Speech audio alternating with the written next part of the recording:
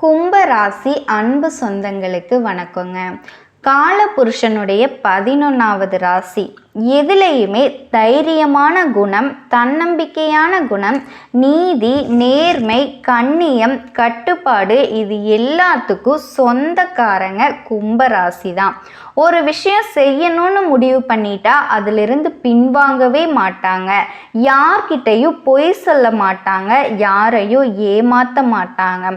எந்த ஒரு இடத்துலையும் தலைமையோடு இருக்கணும் அப்படிங்கிறதுல ரொம்பவே உறுதியாக இருப்பாங்க. உங்ககிட்ட எதுவுமே இல்லைனாலும் எந்த ஒரு விஷயத்துக்காகவும் கௌரவத்தை விட்டு கொடுக்கவே மாட்டீங்க. நான் ரொம்ப ஏழை, நான் சாப்பாட்டுக்கு கூட கஷ்டப்படுறேன், என்கிட்ட எந்த ஒரு வருமானமுமே இல்லை அப்படின்னு சொன்னாலும் கூட கும்பராசி எந்த ஒரு இடத்துலையும் தன்னோட கௌரவத்தை விட்டு கொடுக்கவே மாட்டீங்க. அதுதான் உங்களோட ஸ்பெஷல் குணனே சொல்லலாம். எந்த ஒரு இடத்துலையும் நல்லா மெச்சூராக இருக்கணும், நல்ல எந்த ஒரு இடத்துலையும் நல்லா கௌரவமாக இருக்கணும்னு விரும்பக்கூடியவங்க. கும்ப ராசினாலே லாபகரமான ராசி அப்படின்னு தான் சொல்லணும். தன்மானத்துக்கு சொந்தக்காரங்க, தன்னம்பிக்கைக்கு சொந்தக்காரங்க. இந்த விஷயத்தை பொறுத்த வரைக்கும் இந்த வருஷத்தில் கும்ப ராசிக்கு ரொம்ப அமோகமான அமைப்பு இருக்குதுங்க. ஏன்னா இந்த வருஷத்தோட கிரக அமைப்பு கும்ப ராசிக்கு ரொம்பவே சூப்பராக இருக்குன்னு தான் சொல்லணும். இந்த வருஷமே ஒரு விசேஷமான வருஷம். இந்த வருஷத்தில் எதிர்பார்க்காத நிறைய மாற்றங்கள் இருக்குது. ஏன்னா எல்லா வருஷமும் ஒரே ஒரு கிரகம் தான் பயிற்சி ஆகும். இந்த வருஷம் எல்லா கிரகமும் பயிற்சி ஆகுதுங்க. ஆல்ரெடி சனி பகவான் பயிற்சி ஆயிட்டாரு, குரு பகவான் பயிற்சி ஆகிறாரு, ராகு கேது பயிற்சி ஆகிறாரு. இந்த 3 கிரக பயிற்சியும் இந்த வருஷத்தில் ஒரு பயங்கரமான ராஜயோகத்தை உங்களுக்கு கொடுக்க போகுது. அப்போது உங்கள் ஜாதகத்தை எடுத்து ஒரு தடவை பார்த்துக்கோங்க. ஏன்னா ஏதாவது தசா புத்தி உங்கள் ஜாதகத்தில் மாறுதான்னு. இந்த வருஷத்தோட ராஜாவா சூரியன் வர்றாரு. அப்போ நிறைய சேஞ்சஸ், நேர்மையான மாற்றங்கள் எல்லாமே உங்களுக்கு நடக்கக்கூடிய வாய்ப்பு நிறையவே இருக்குங்க. இதில் என்ன ஒரு வித்தியாசமான பலன் அப்படின்னா, இந்த வருஷத்தோட லக்னம் பாருங்கள், பொதுவாக பிறக்கிறதே கும்பம் லக்னம் சுவாதி நட்சத்திரத்தில் தான் பிறக்குது. எல்லாமே ராகு பகவானினுடைய ஆதிக்கம் ரொம்பவே அதிகமாக இருக்குங்க. பிரம்மாண்டங்கள் அதிகமாக நடக்க போகுது. இந்த பதிவை நீங்கள் முழுமையாக பாருங்கள். என்னென்ன நட்சத்திரத்துக்கு என்னென்ன பலன் அப்படிங்கிறத பார்க்கலாம். அன்பார்ந்த கும்ப ராசி அன்பர்களே, காலபுருஷனுடைய 11வது ராசி. எதுலையும் நீதி, நேர்மை, கண்ணியம், கட்டுப்பாடு, நல்ல ஒரு ஒழுக்கமான குணம் எல்லாமே கும்பராசி கிட்ட தான் அதிகமாக இருக்கும். தன்மானத்தோடு இருப்பீங்க. ஒரு தைரிய குணம், நீதி, நேர்மை, ஒழுக்கம் எல்லாத்துக்கும் சொந்தக்காரங்க. என்ன எல்லா விஷயத்துலேயும் கொஞ்சம் உணர்ச்சி வசப்படுவீங்க, வேறு எதுவுமே இல்லை. எதுலையுமே நம்ம தான் ஃபஸ்ட்டில் போகணும் அப்படிங்கிற எண்ணங்கள் இருக்கும். ஆனால் பொய் சொல்ல மாட்டீங்க, யாரையும் ஏமாற்ற மாட்டீங்க. எதுவாக இருந்தாலும் அது தப்பாகவே இருந்தாலும் நேர்வழியில் மட்டும்தான் போகணும்னு நினைக்கக்கூடியவங்க. பழகுனா உயிரையே கொடுக்கக்கூடிய ஒரே ராசி.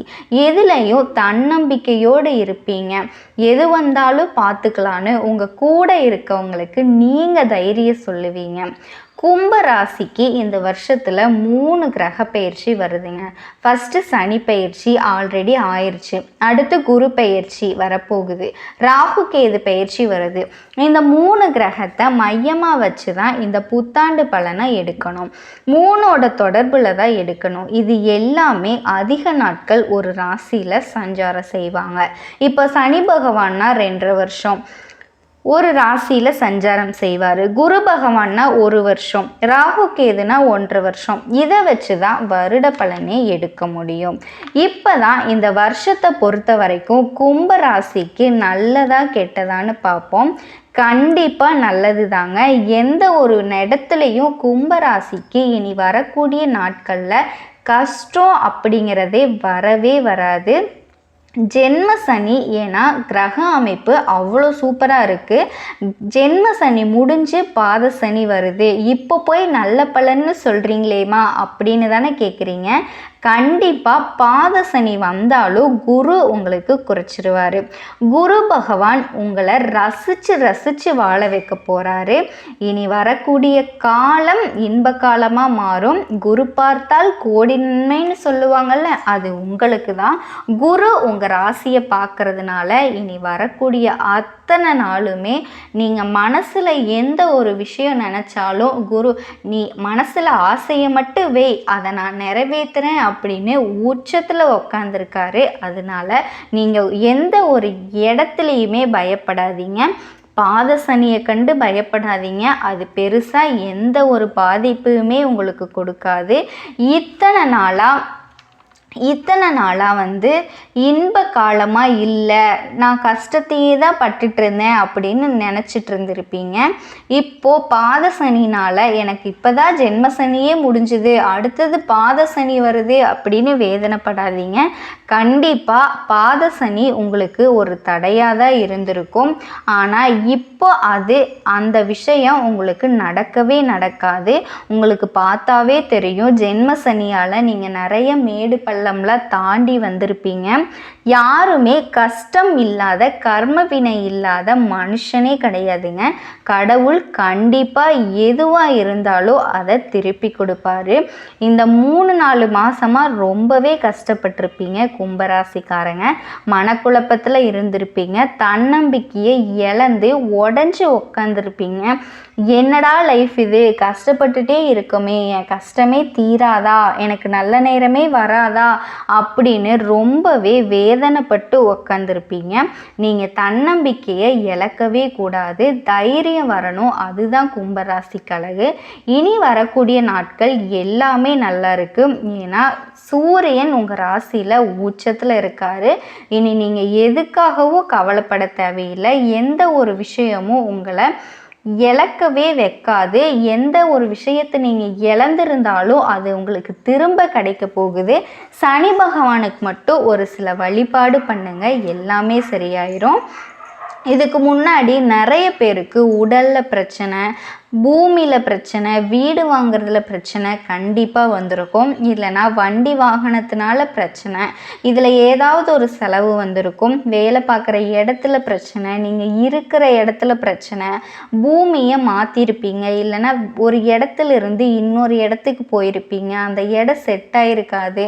இல்லை அந்த வீட்டுக்காரங்கனால பிரச்சனைன்னு சொல்லி உங்களுக்கு நிறைய பிரச்சனைகள் வந்திருக்கும்.